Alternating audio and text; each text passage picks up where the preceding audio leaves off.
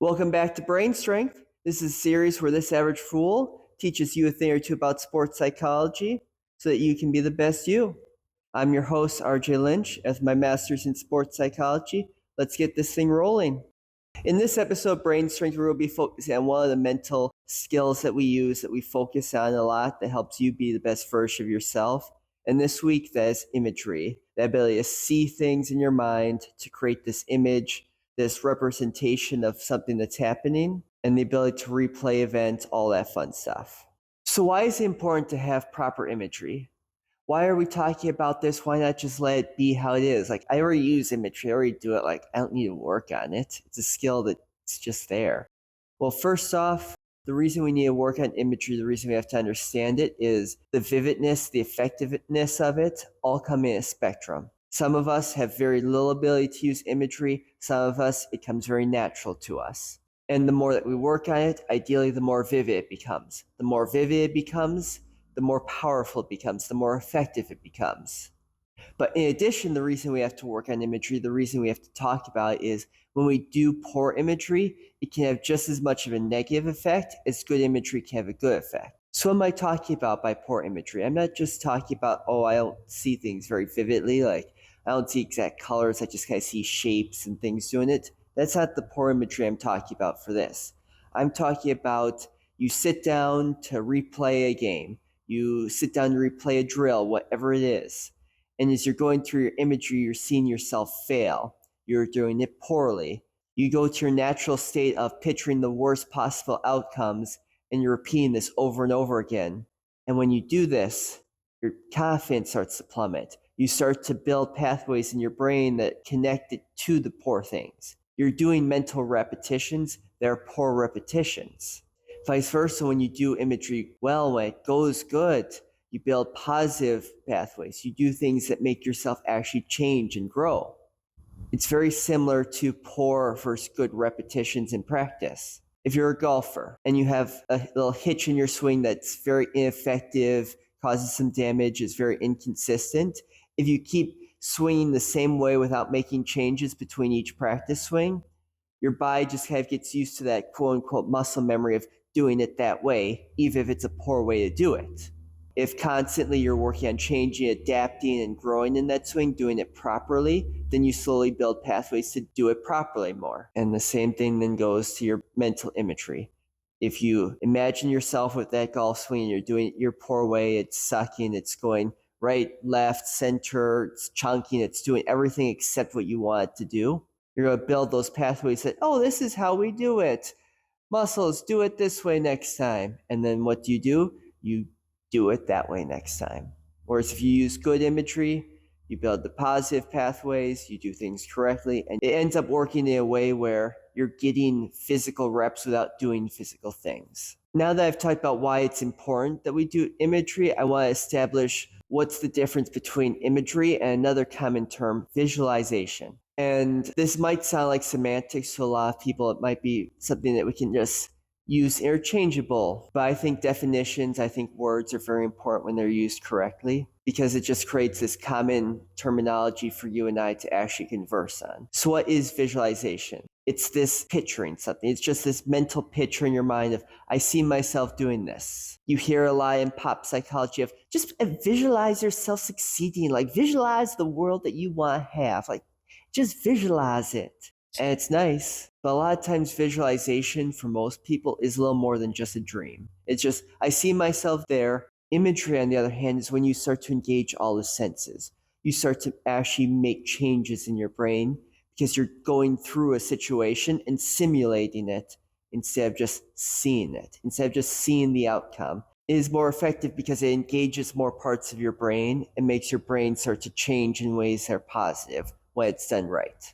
So the main difference is doing, taking action, and being able to engage the brain versus dreaming with some fluff. So what does imagery look like when it's done right? What makes it take that step above? Well, there's a couple different models that we can talk about, that if you do this, you're going to engage your brain more, you're going to make those changes, and you're actually going to get better at your sport, at your activity. One of the most popular is called PETLEP.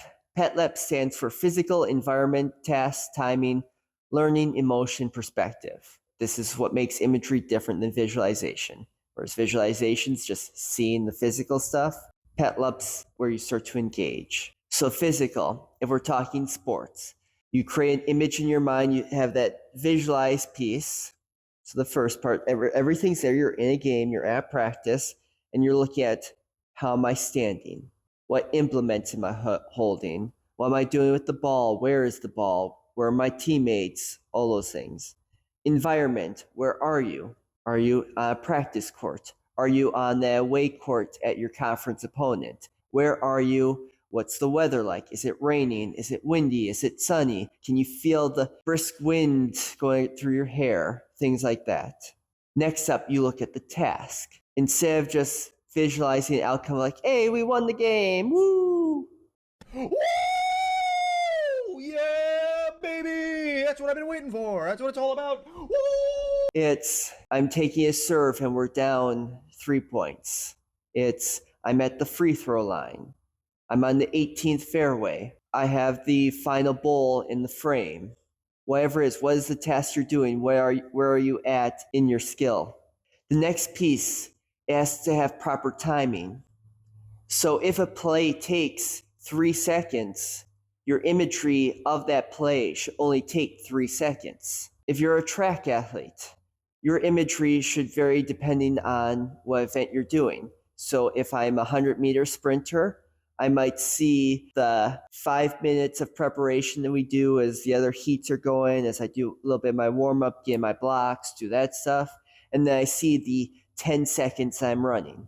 Versus if I'm a 400-meter runner, or if I'm in a relay, I might see the couple minutes of warm up, the gain set, and then the next piece is my race takes how long it is. So if I'm in the 400, it's at 45 seconds to a minute. I'm seeing that whole race from the blocks to the first turn to the straightaway. How am I looking all the way through there? If I'm in a relay, it's okay, I'm in my spot. I see the first leg go, come around to the second leg, handoffs are looking good, things are going well, and just playing that through. The next part of PetLep is learning.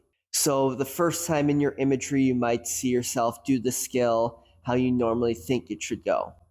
But because you're looking at it, you're feeling it, you're like, that one didn't go perfectly. Let me see in my head if I change this, if I hit the ball at a slightly higher angle or lower angle to the side a little bit, how does that change it? And then you start to adapt and play around with different outcomes that could come. You adapt, you learn. The next piece is emotion. As you're trying to engage imagery and try to really feel everything out, what emotions are you feeling in that moment? If you're in the fourth quarter of a game, you're going to be a lot more tense, you're going to have a lot more stress, a lot more pressure than you would in the first quarter of a preseason game. So your imagery should reflect that. You should feel a little bit of pressure and then see yourself adapting to the pressure so that when you feel pressure in the actual game, oh, I know how I did this in my imagery. I feel pressure. I take breath. I succeed. Woohoo! The last piece of PetLep is perspective. And this is how you see the image. I like to think of this in video game terms because a lot of people have played video games at some point, but first person or third person? Do you see yourself through your eyes? Do you see yourself holding the ball like this? This is all I see. Or are you this image, this caricature, this third dimension picture of a person doing the skill and taking the shot? Once you determine that, then you start rolling through. In addition to PetLep, or instead of PetLep, there's another model we like to talk about, which is the census model.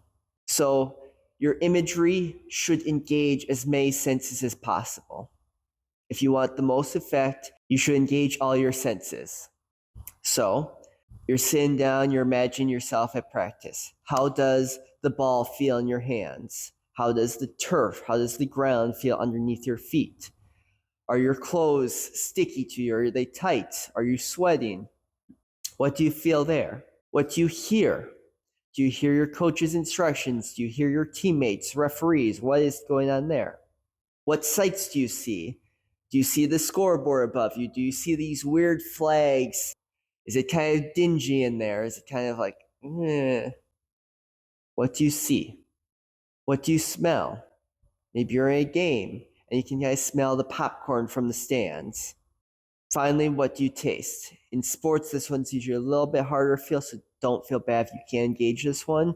But maybe in your imagery, you're coming out of a timeout and you can taste that blue Gatorade that the athletic trainers made. It's got that kind of special something to it. Engaging all of that just makes imagery more real. And the more real it is, the more you trick your brain into thinking you're actually doing the thing, and the more it becomes comfortable with the thing. So a few final benefits of doing proper imagery, of going through this burden of doing this extra stuff. The first one is skill acquisition and refinement. So especially freshmen, B team players, things like that, you might not get as many reps as varsity players just because varsity needs more reps right now to perform in the games. But you're still trying to learn, you're still trying to grow at your sport. So what do? You do mental reps. By doing these mental reps, you trick your brain into thinking it's doing the physical stuff, and you start to grow, you learn, you gain confidence in what you're doing. Next up, you have motivation. So if you're someone who's constantly failing at things, seeing yourself succeeding, seeing yourself do well, can build that motivation, build that confidence. That like, oh yeah, there is a reason I'm doing this, so I can have this outcome, so that I can look like this. Next up is problem solving. If you're someone that you got taught a new skill to and like you just can't figure out like what's that funky what is that funky footwork they were doing? It's weird. I don't get it. Well, sit there with your imagery, close your eyes, and just picture it over and over again. Be like, okay, when I do this, it does that. Especially if you're a very analytical mind, like mine can be sometimes, and you really have to break down, like, okay, this leg swings there and there. Oh, that's where I'm screwing up. It's right there in that transition. It just helps your brain work through problems and figure out how to overcome it. And then, in addition, if you're someone who struggles with pressure, with dealing with things in game like that, you can problem solve. What things can I imagine myself doing and when I feel that way, they're going to make me feel good? So maybe you practice, okay, I try taking a breath. That was kind of slow. Or this, that, I have this wristband. I look down at that quick. Okay, that's a lot faster. I feel motivated by that. I can get back in the game. Just problem solving things like that through your imagery so you don't have to do it in the heat of battle can be very helpful. Then confidence, we've already talked on this a little bit and other things. The more you see yourself doing well, the more motivated, more confident you get. And then resilience. If your imagery involves you being down 10 points in a game for whatever reason, and you see yourself slowly make the comeback, it's just going to build that resilience in yourself that's like, oh yeah, we can make this comeback. I've seen myself down. This is no problem. I can do this. Just become more resilient and it's more powerful for you. Finally, we've talked about why imagery is important, how to use it, differences, the different kinds. How do you actually use it? How do you, as the athlete, use imagery?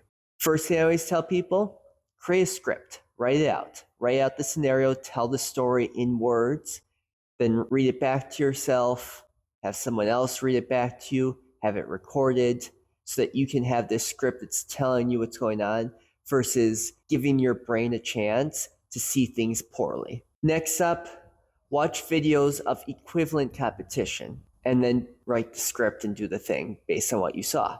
The reason I say equivalent is if you sit there and you're trying to watch videos of Olympians do your sport, most Olympians are such special talents or doing things maybe differently than what you can at your talent level that trying to emulate them just leads to more issues. So instead, watch people that are just a little bit better than you, how they do a skill, then you build on it, you write that script like, I take this swing kind of like so-and-so does with this and that. It just helps you break it down a lot easier than when a professional is doing everything perfectly or doing things weirdly because they have this weird shot that just works for them. The next key thing for imagery is you have to do practice. You have to do regular practice. You have to do it once, twice a week, every night, whatever it is. You just have to do it. As much as it sucks, you have to do it to get better at it. Next, make it process oriented. Focus on learning and growing versus just succeeding. Use a model, one of the models we talked about. Look up another one. Just emulate that, create your script based on that model, whatever makes sense to your brain. And then finally, if you're using imagery for games, for things like that, visit the site that you're going to be at, or find a picture of it so that you can really see, like, oh yeah, this court has this special shade of red on it, or it has this or this weird thing with the stands, so that you can make that image different than just the normal gobbledygook you might come up with. So I hope that helps. If you have any more questions, feel free to reach out to us. And finally, if there's anything I said that you found offensive for whatever reason, I hope you can forgive me. If you say anything in the comments that I find offensive, no, I'll forgive you. Till next time, brain strength out.